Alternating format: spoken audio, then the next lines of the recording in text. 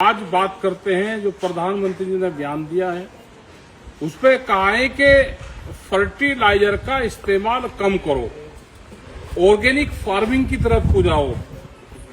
ये तो हमने बहुत पहले कहा कि ऑर्गेनिक फार्म की तरफ जाना चाहिए हमको, लेकिन उसके लिए सीड कहां से आएंगे? जो बड़ी बड़ी सीड कंपनियां हैं, क्या भारत सरकार को ये पता नहीं था कि जो सीड कंपनियां हैं वही दवाई की कंपनी भी वही है, और इस तरह के बीज का भारत में, देश में और दुनिया में उपयोग हो रहा है कि जिसमें दवाई भी साथ ही लगे। उन सब चीजों पर संज्ञान देना चाहिए। हमारे जो साइंटिस्ट है, हमारी जो एग्रीकल्चर यूनिवर्सिटी है, हमको उन्हीं एग्रीकल्चर यूनिवर्सिटी पे ध्यान देना पड़ेगा। जो एग्रीकल्चर यूनिवर्सिटी हमारी 70 साल से देश में खड़ी है, अलग अलग मौसम के हिसाब से, अलग अलग टेम्परेचर के हिसाब से, अलग अलग क्षेत्र के हिसाब से वे वहां पे सीड तैयार करते थे। आज उनका पूरा फंड और जो बजट है वो काट रखा है। वहां पे हमारे जो डॉक्टर है, जो हमारे साइंटिस्ट है, उसको तनख्वाह के भी लाने पड़ रहे हैं। उस पर रिसर्च पे हमारा कोई काम नहीं हो रहा। तो भारत सरकार को तुरंत चाहिए कि हमारे जो साइंटिस्ट है, जो हमारी एग्रीकल्चर यूनिवर्सिटी है, उस पर हमको काम करने की जरूरत है। हमें अपने भारत में अपनी जलवायु के तरह से अपने बीज तैयार करने पड़ेंगे जो कम लागत में पैदा होंगे, जिसमें फर्टिलाइजर का इस्तेमाल कम होगा।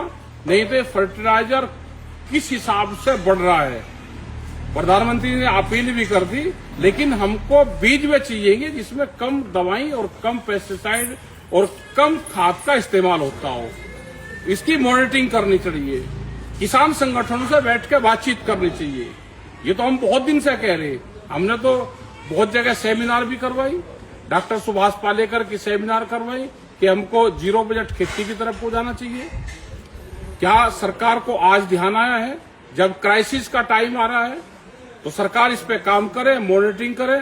हमारे जितने साइंटिस्ट हैं उनको फंड अवेलेबल करवाए, हमारे बीज हमारे देश में तैयार हो, मल्टीनेशनल कंपनियां बीज तैयार ना करें, उस पर भी काम करना पड़ेगा।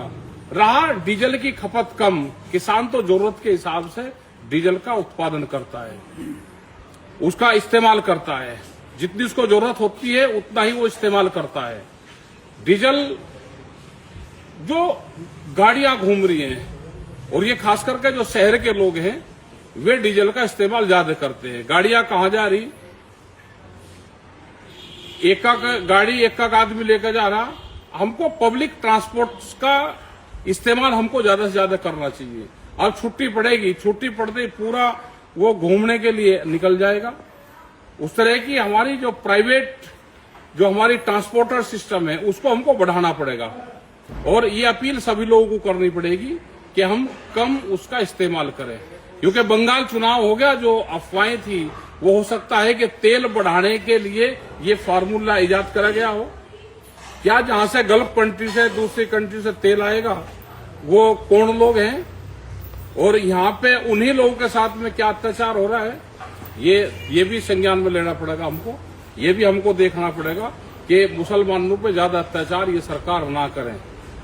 नहीं तो क्राइसिस अगर उन्होंने फिर बंद कर दिया तो फिर हालात खराब होंगे। आपका बहुत बहुत धन्यवाद। इन सब चीजों पर संज्ञान लें और अपने काम पे भी ध्यान दें। अभी क्योंकि पंजाब में चुनाव होंगे, अभी उत्तर प्रदेश में चुनाव होंगे, तो पंजाब का चुनाव हिंदू मुस्लिम पर नहीं होगा, पंजाब का चुनाव होगा सिख हिंदू पे।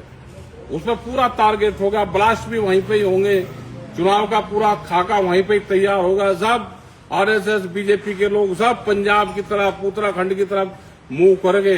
अब क्योंकि पंजाब से लगता पाकिस्तान है, तो अब बांग्लादेश में कुछ नहीं होगा, अब पाकिस्तान की तरफ मुंह होगा और पंजाब की तरफ मुंह होगा, सिखों की तरफ मुंह होगा। तो उन सब चीजों पे अपना ध्यान भी रखें। और पंजाब की सिख कम्युनिटी से हम कहना चाहते हैं कि वे अपना ध्यान रखें, पंजाब को बचा कर रखें। अगला टारगेट भारत सरकार की निगाह में पंजाब है। धन्यवाद।